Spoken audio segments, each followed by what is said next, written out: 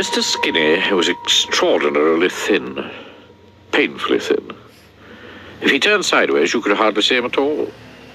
And what made it even worse was that he lived in a place called Fatland. Yes, Fatland. As you can very well imagine, everything and everybody in Fatland was as fat as it could be. Not stout, fat. Fatland dogs were extremely fat. Fatland worms were extraordinarily fat.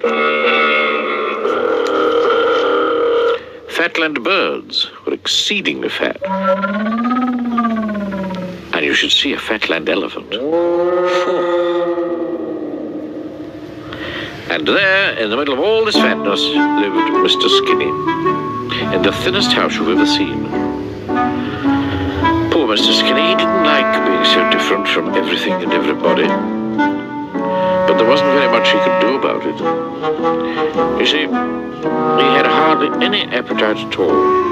A Mr. Skinny meal was a very meagre affair. Do you know what he had for breakfast? One cornflake. And for lunch, one baked bean. And for tea, nothing. And for supper, the world's smallest sausage. After that, he felt so full, he went straight to bed. In his long, thin bed, in his long, thin bedroom, in his long, thin house in Fatland. Oh, I do wish I could do something about my appetite, he sighed to himself, just before he went to sleep. I think, he thought, that I'd better go and see the doctor about it. And he went to sleep. The following morning was lovely. A large, fat sun shone down on the fat green trees and the fat yellow flowers. And through them walked Mr. Skinny on his way to see the doctor. Dr. Plump. Come in, he wheezed as Mr. Skinny knocked at his door. Sit down, he wheezed as Mr. Skinny entered.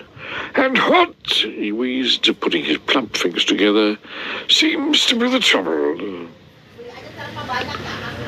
It's my appetite, exclaimed Mr. Skinny. I'd like to be able to eat more so that I could put on a little weight. Yes, you are rather, how shall I put it, thin, wheezed the doctor, looking at him over his glasses. I know, he continued. Let's start the treatment right now. He licked his lips. This very moment, he added. And he opened a drawer in his desk and took out an enormous cream cake.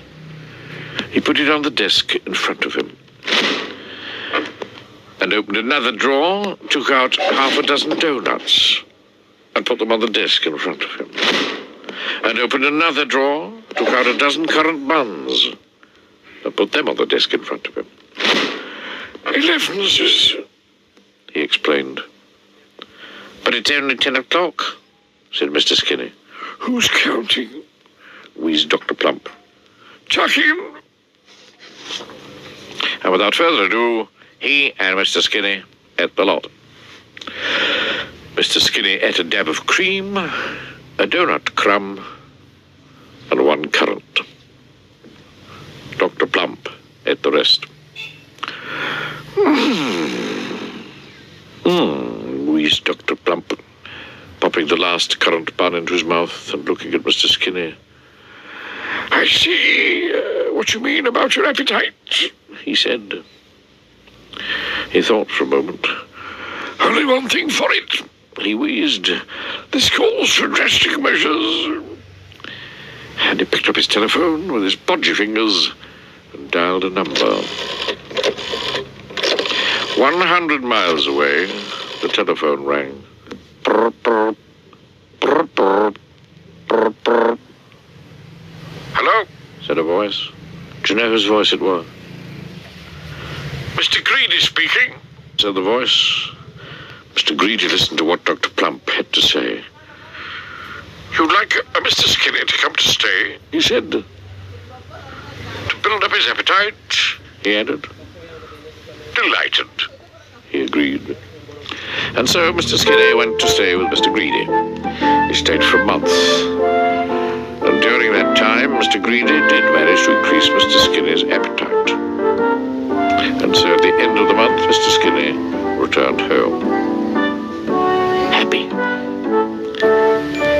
With a tummy. A tummy was something Mr. Skinny had always wanted. I never knew I had it in me, chuckled to himself. He was feeling so proud of his tummy that he decided to call in and see Dr. Plump on the way home. I say, wheezed Dr. Plump, looking him up and down. Congratulations. I tell you what, he went on, this calls for a celebration. And he opened his desk drawer.